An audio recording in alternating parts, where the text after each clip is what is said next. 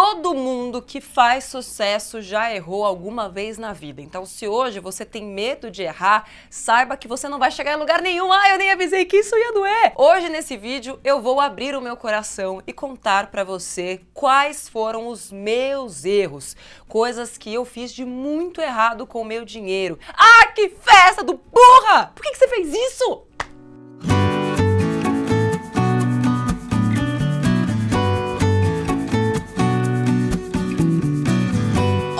Olá, meninos e meninas! Sejam muito bem-vindos ao Me Poupe, o canal mais rico do Brasil. Margarete tava com saudade. Linda, maravilhosa. Agora ela é estrela, não fala mais comigo. Muitas vezes, principalmente no meu Instagram, as pessoas meio que criam uma idealização da minha pessoa. Acham que porque hoje eu tenho a minha independência financeira, trabalho realmente porque eu gosto e não porque eu preciso, é como se eu nunca tivesse cometido erros grotescos financeiros e também não financeiros ao longo da minha jornada. Então eu acredito que é importante, acho que esse vídeo pode ajudar alguém que acredita que só porque errou nunca vai ter chance de ser milionário. Isso não existe, muito pelo contrário. Todos os erros que eu cometi me ajudaram a chegar onde eu cheguei. Se não fossem aqueles erros, eu não saberia o que eu sei hoje. Tudo depende da maneira como você enxerga os seus erros e o que você faz com o aprendizado que você leva de cada erro. Isso se você aprender, porque tem muita gente que erra e acha que a culpa é do outro. Então hoje eu vou te contar que erros foram esses e como a responsabilidade de cada um desses erros foi minha e não das outras pessoas. Se você acha que os seus problemas sempre são causados por outras pessoas, comenta aqui embaixo, a culpa é dos outros. Agora, se você se responsabiliza por tudo que acontece de ruim na sua vida, comenta aqui embaixo, a culpa é minha mesmo. Ai meu Deus, são 4 erros terríveis, então fica até o final porque só vai piorar. O primeiro grande erro que eu cometi foi deixar boa parte do meu dinheiro em previdência privada desde o comecinho da minha vida como investidora. Sim, você não sabia disso. Para quem chegou agora nesse canal, eu comecei a juntar dinheiro aos 8 anos de idade para comprar um carro quando eu tivesse 18. Com 18 anos, eu tinha aproximadamente R$6.700. Mas a minha madrinha muito querida, sem que eu soubesse, fez uma carta de consórcio. Não façam uma carta de consórcio. Hoje eu proíbo a minha tia de fazer carta de consórcio. Naquela época eu agradeci muito, mas hoje, sabendo o que eu sei, já não deixo mais ela fazer aquele tipo de coisa. Como ela foi contemplada lá na carta de consórcio, eu não precisei usar o meu dinheiro para comprar o carro. Eu poderia ter comprado um carro mais caro, porque a carta de consórcio era de aproximadamente, era um pouquinho menos de R$13.000. Peguei os 6.700, que eu fiz?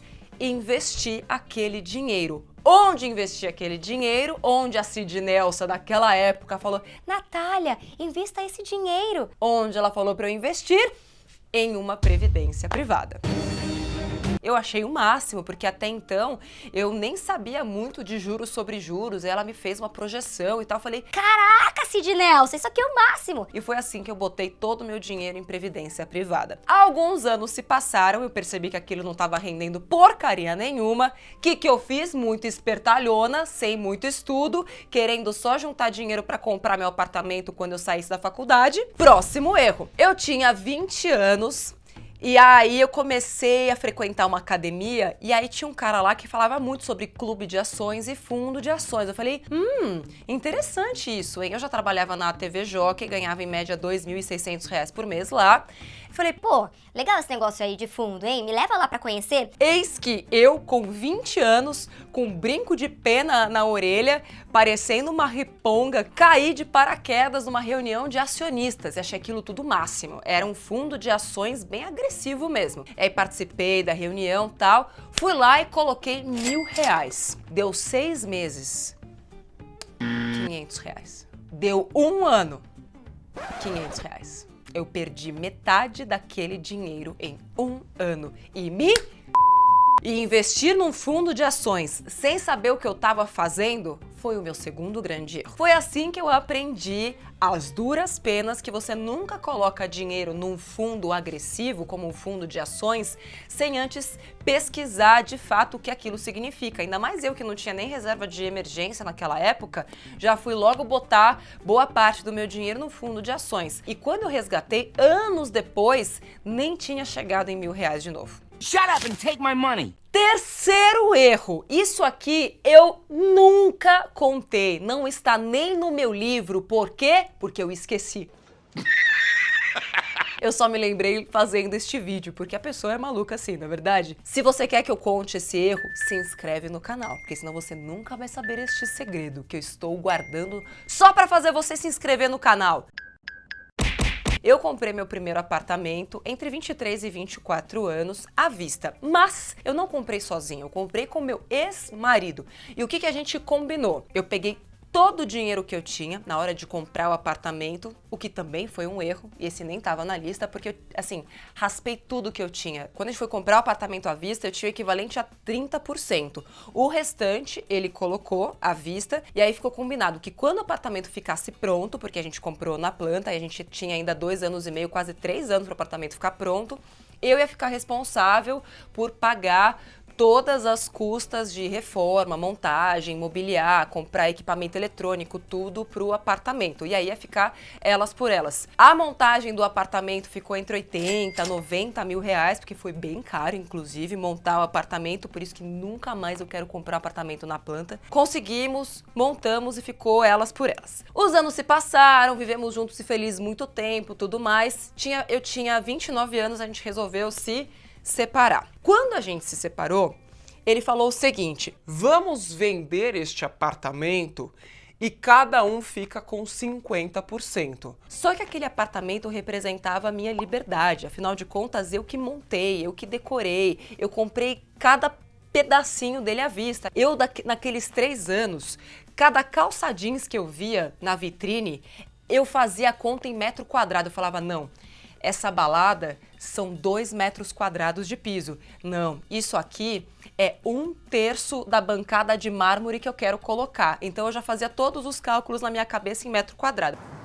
Aí eu fui olhar nas minhas contas quanto que eu tinha. Lembrando que eu tinha gastado quase todo o meu dinheiro para mobiliar o apartamento, né, e tal. Mas como eu sempre fui muito disciplinada, fui olhar lá e eu tinha o montante necessário para comprar toda a parte dele em cash. Ah, é importante, isso aqui eu também nunca falei. Quando a gente foi vender o apartamento, a gente fez uma avaliação do apartamento naquele momento, sendo que do momento em que a gente comprou o apartamento até quando eu fui comprar dele, o apartamento tinha valorizado 250%.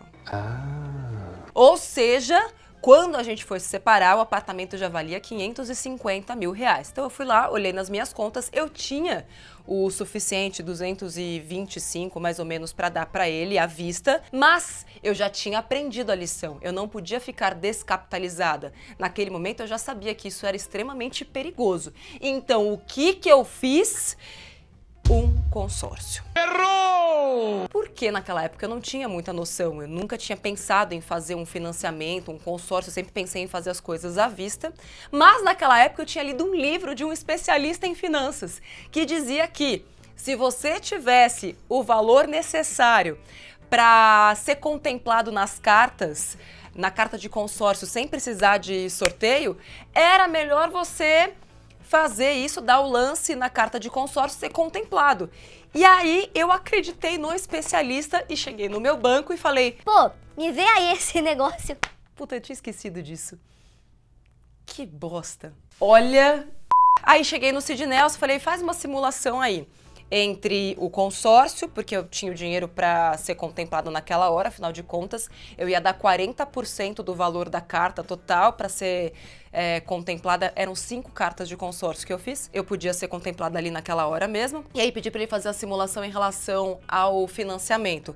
E na simulação que ele fez, o consórcio era maravilhoso. Eu falo mais sobre essa pegadinha do consórcio nesse vídeo, não vou me alongar muito aqui. Dei os lances, fui contemplada em todas as cartas logo no primeiro mês e foi assim que eu entrei na maior furada da minha vida. Porque logo depois disso, a inflação começou a subir. E pouco tempo depois ela chegou em 2 dígitos. E o que o Sid Nelson não tinha me contado, que a carta de consórcio era reajustada pelo IPCA. A minha parcela subiu mais de 10% de um ano para o outro e eu fiquei fodida da vida. A sorte é que eu sempre fui muito disciplinada e vivia com menos, porque senão era 10% a mais naquelas parcelas que eu ia tomar como facada. E até hoje estou pagando a porra do consórcio, que nem adianta você antecipar, porque afinal de contas não tem juros, que foi o que ele me vendeu, tem uma taxa de administração gigantesca e ainda que eu antecipe eu não vou ter vantagem nenhuma, porque eu vou pagar exatamente a mesma coisa.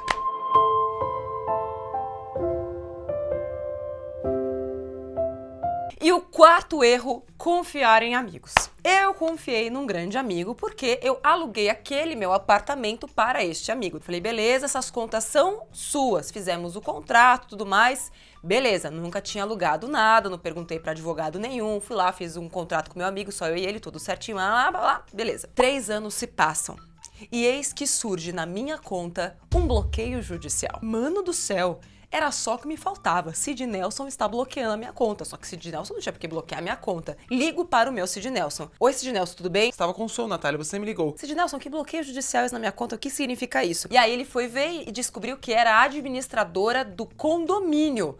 Porque, teoricamente, eu não tinha pagado o condomínio, mas eu pensei, Caramba, mas quem está no prédio é o meu inquilino. Era ele que deveria estar pagando todas as contas, inclusive o condomínio. E aí, quando eu fui ver, a administradora não fez a parte dela, não mandou carta avisando o meu inquilino, não avisou ninguém e só foi lá e bloqueou judicialmente a minha conta. Enfim, briguei muito, chorei muito, fiquei com raiva, mandei um monte de gente se tudo mais, porque fiquei com muita raiva porque eu não fui notificada, eles tinham meu telefone, tinham tudo, mas eu nunca fui notificada antes do bloqueio judicial, que o condomínio não tinha sido pago, e aí fui quebrar o pau com o meu inquilino. Falei, meu, que porra é essa? Como assim você não pagou? Sabe o que é, Nath? Realmente, eu não paguei. Foram os 5 primeiros condomínios, logo que eu mudei pra cá, que eu não sabia que eu tinha que pagar. E aí, quem quase fica com o nome sujo é a pessoa aqui. Então, o que eu aprendi? Se você tem um apartamento e você vai alocar para alguém, você paga as contas, principalmente de condomínio, porque a conta de água e a conta de luz, você consegue transferir para o nome do teu inquilino. Já o condomínio, pelo menos no meu caso, não dava para transferir para o nome dele. Continuava e continua ainda no meu nome. Então, qual que é o correto? Você paga o condomínio e o IPTU e o seu inquilino te paga, além do aluguel, esses custos com o condomínio e com o IPTU. Então, esse é o jeito correto de fazer. Mas eu só aprendi isso com muito sofrimento. Ficamos amigos depois disso? Ficamos, porque eu entendi, coitado, foi só uma leseira da cabeça dele. Por isso que eu te perguntei lá no começo do vídeo, de quem é a responsabilidade? Poderia ficar culpando meu inquilino pro resto da vida, mas de quem era a responsabilidade? Se estava no meu nome, a responsabilidade era minha. E você, quantos erros você já cometeu? Quanto esses erros te custaram? Para quem você quer compartilhar esse vídeo? Uma pessoa que pode estar cometendo um desses erros e se você não mandar esse vídeo, ela vai errar e a culpa vai ser sua, porque a responsabilidade de compartilhar esse vídeo é sua. Beijo pra você e até o próximo Me Poupe. Esse arrependimento matasse, eu tava mortinha com esse consórcio.